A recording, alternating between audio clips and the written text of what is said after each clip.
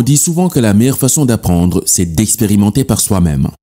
Ce qu'on oublie quand même de préciser, c'est qu'expérimenter par soi-même, c'est aussi apprendre en observant et en analysant l'expérience des autres. Oh oui, tu n'as pas besoin de sauter du 15e étage pour comprendre que ça finit forcément mal. Il suffit de voir par exemple quelqu'un le faire pour en tirer les bonnes conclusions. Autrement dit, tu peux gagner énormément de temps et éviter des erreurs irréversibles en tirant des leçons de ceux qui ont déjà vécu, essayé, échoué et appris. Aujourd'hui, je te propose justement de gagner ce temps précieux. Voici 7 dures leçons de vie que j'ai retenues au cours des 12 derniers mois.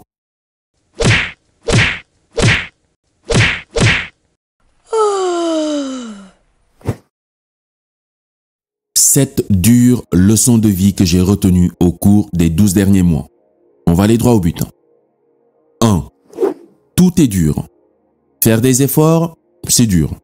Ne rien faire et mourir d'ennui, c'est tout aussi chiant et dur. S'entraîner pour perdre du poids ou se muscler, c'est dur. Être obèse, c'est dur. Vouloir s'habiller classe et se retrouver coincé dans sa chemise, c'est moche et c'est dur.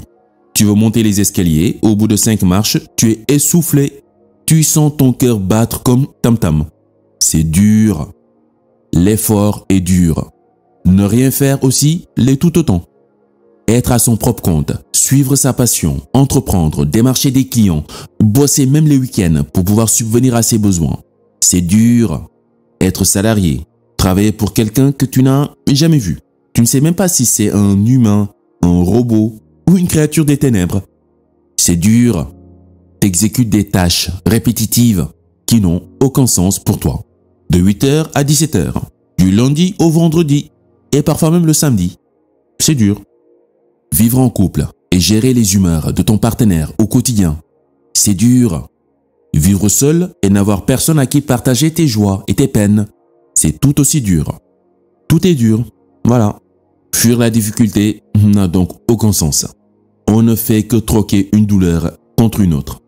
Alors, autant choisir celle qui en vaut la peine.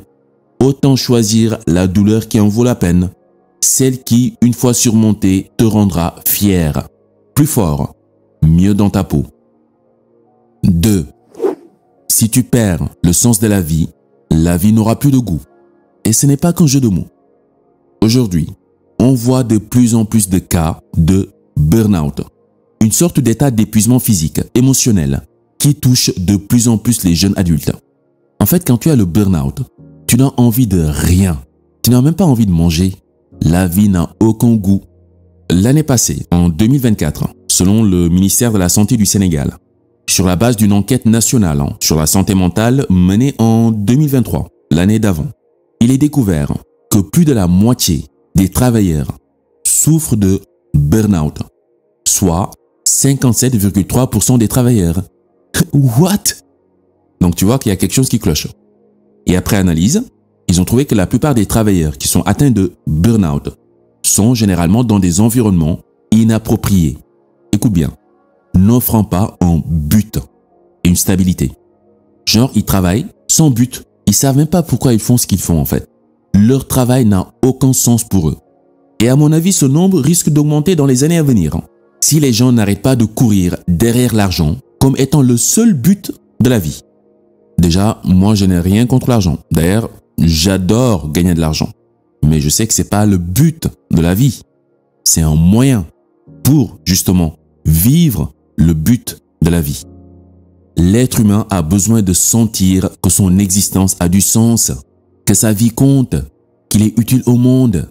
Il n'y a pas pire situation que de se retrouver à faire des tâches qui n'ont aucun sens pour soi. Surtout quand c'est répétitif et qu'on se sent comme obligé à le faire. C'est comme si on n'existait pas.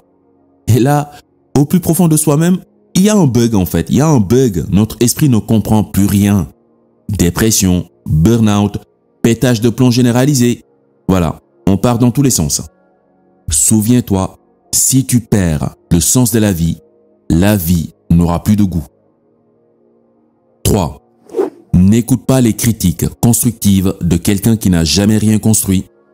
Cette punchline, je l'emprunte du lyriciste bantou Youssoupha pour un peu illustrer mes propos. En fait, ceux qui n'ont jamais osé, jamais échoué, jamais lancé de projet, jamais bâti quoi que ce soit, se permettent maintenant, souvent, de donner des leçons, que ce soit en business, en couple, en famille ou en spiritualité, même si ça part d'une bonne intention. Mais attention, s'appuyer sur leur jugement serait franchement débile. Ah oui, leur avis repose sur quoi en fait? Que sur leur perception du monde qui ne repose sur rien, puisqu'ils n'ont jamais rien expérimenté.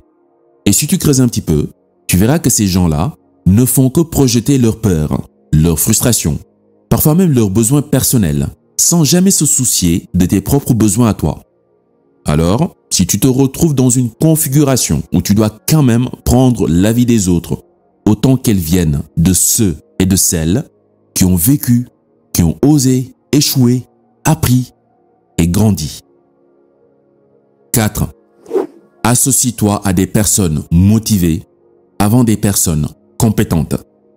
Quand on lance généralement un projet, ça peut être un projet de vie, un business, une aventure, peu importe. On se précipite parfois à vouloir coûte que coûte s'associer avec des personnes hyper compétentes. Des individus avec un CV long comme le cou d'une girafe. Croyant peut-être avec ces personnes, on va tout défoncer. Sauf qu'un CV, aussi impressionnant soit-il, c'est du passé. Ouais, c'est vraiment du passé. Il ne renseigne que sur ce que la personne avait fait. Et encore à vérifier, mais ne dit rien sur ce que la personne est réellement capable de faire aujourd'hui. Et surtout, un CV ne révèle pas le niveau d'engagement actuel de la personne dans le projet qui vous unit. Parce que la motivation, l'engagement, on ne les voit pas sur un CV. Et voilà, c'est comme ça qu'on se retrouve avec des associés ou des partenaires compétents. Alors, compétents, là, il n'y a aucun doute, ils sont compétents. Mais qui ne foutent rien. Ouais, ou font juste le strict minimum. Pendant que toi, tu te tues à la tâche. Parce que tes associés ont peut-être d'autres priorités. Peut-être un autre job, un projet plus important, pourquoi pas. Alors que toi, tu as tout misé sur cette aventure. Tu as mis tes organes, comme on dit. On peut apprendre et développer n'importe quelle compétence de nos jours. Mais la motivation, l'engagement, personne ne peut te l'apprendre. Tu peux apprendre à coder, à parler mandarin ou même à jongler avec des pamplemousses. Mais tu ne peux pas apprendre à être motivé. Ouais. Face à une situation, soit tu es motivé, soit tu ne l'es pas. Voilà. Donc souviens-toi, si tu veux une belle équipe qui brille sur LinkedIn, associe-toi avec des mecs avec un CV bien garni.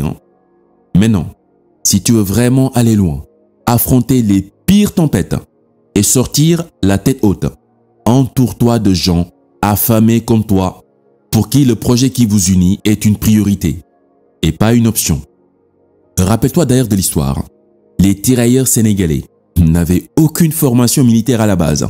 Ils ne savaient même pas bien tirer, d'où leur nom d'ailleurs de tirailleurs. À la base, c'était des paysans, des bergers, des villageois, enrôlés un peu partout en Afrique. Et pourtant, c'est bien ces tirailleurs-là qui ont botté les fesses à Hitler et libéré Paris, pendant que les troupes d'élite françaises se planquaient sous la jupe de De Gaulle. Ouais, ça faut pas oublier. Alors souviens-toi, l'engagement vaut mieux que la compétence. 5. Plus on est honnête, plus on devient libre, car on n'a plus besoin de s'encombrer de masques. Pour ceux qui cherchent vraiment la liberté, voilà une méthode simple, radicale et qui ne dépend que de soi. Moins de masques, moins de rôle à jouer, moins de pression sociale, moins de bullshit envers soi-même. Voilà, on devient plus léger. Évidemment que les gens vont te prendre pour un cinglé. Ils vont pas comprendre le délire quoi, tu vois. Et même pire, ou, heureusement, ils vont t'exclure de leur petit cercle de faux semblants et de folie. Et tu sais quoi? Tant mieux. Tant mieux. Tu seras enfin débarrassé de tes fréquentations qui te tiraient vers le bas. Plus tu assumes qui tu es, plus tu t'affranchis du regard des autres. Et plus besoin de te cacher derrière des apparences. Et c'est là que tu pourras enfin dire, faire et vivre ce qui te fait réellement du bien. 6. Dans cette course vers des choses qu'on ne possède pas encore et que l'argent peut acheter, rappelons-nous de préserver les choses qu'on possède déjà et que l'argent ne peut pas acheter. En d'autres termes, n'attendons pas d'être malade, ruiné ou d'avoir perdu quelqu'un de cher pour enfin ouvrir les yeux sur ce qui compte vraiment pour nous. Ce serait dommage. Le système dans lequel nous sommes fait que la plupart d'entre nous passent leur vie à courir après la maison parfaite, après ses diplômes, après la voiture dernier cri, le mari parfait, la femme parfaite, le dernier smartphone. Ok, mais la santé dans tout ça, le temps précieux avec ce qu'on aime dans tout ça, la tranquillité d'esprit dans tout ça. Tu sais très bien que tout ça, aucun billet ne pourra jamais les acheter. Ne sacrifions pas l'essentiel pour l'accessoire. Et je ne pense pas qu'avec un iPhone X, on peut remplir un cœur vide. Et comme le disait la mémé Irène Grosjean, gros respect à elle et paix à son âme. Elle disait, on peut acheter une maison, mais on ne peut pas acheter un foyer. 7. Respire. Je te propose une expérience simple. Ok? Allez, assis-toi confortablement dans un endroit calme, de préférence. Ferme les yeux pour ne pas être distrait par ton environnement. À mon signal, tu vas inspirer profondément par le nez en gonflant bien ton ventre, comme si tu voulais remplir un ballon. Puis tu vas expirer lentement par la bouche en soufflant doucement, sans forcer. Par exemple, tu vas faire... Ok? Alors, essaie de tenir au moins 5 secondes pour l'inspiration et 5 secondes pour l'expiration. Ok? Allez, c'est parti. Inspire.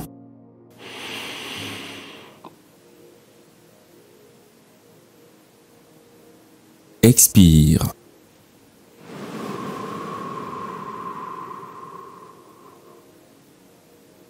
Encore. Inspire.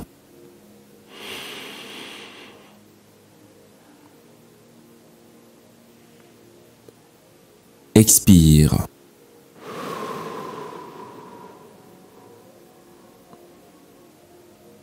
Une dernière. Inspire.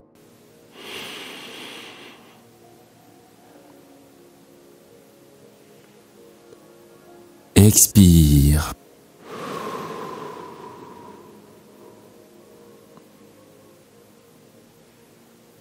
Alors, comment tu te sens? Plus léger? Détendu? Soulagé? C'est exactement ça l'idée. Essaie de répéter cet exercice chaque fois que tu te sens submergé ou stressé. Et mieux encore, n'attends pas de crouler sous la pression. Tu peux l'intégrer dans ta routine au quotidien. Des petites pauses respiratoires comme ça dans la journée. Je te conseille le matin. Le matin très tôt quand tu te réveilles avant de démarrer ta journée. À midi, pour un peu relâcher la pression. Le soir, après le boulot par exemple, et avant de dormir. Tu peux commencer avec 5 minutes et après tu montes 10, 15, 20, 30. Déjà 10 minutes en moyenne, c'est largement suffisant. Ça fait vraiment du bien. Et je me demande pourquoi on nous apprend pas ça à l'école. On nous apprend des Pythagore, quoi. Madame Bovary. Sérieux. Alors qu'on prend souvent des décisions catastrophiques parce qu'on est soit en colère, soit effrayé, soit trop embrouillé pour réfléchir correctement. Genre, on respire pas bien en fait. On est en apnée. On n'arrive pas à respirer. Normal qu'on fout tout en l'air, quoi. Respirer profondément, c'est un peu comme appuyer sur reset en plein chaos.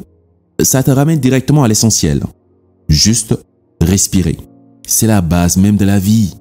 Quand quelqu'un tombe dans les pommes, par exemple, le premier réflexe des secours, est-ce que c'est de vérifier si la personne a bien mangé, ou s'il a payé ses factures, ou si elle s'est brossé les dents?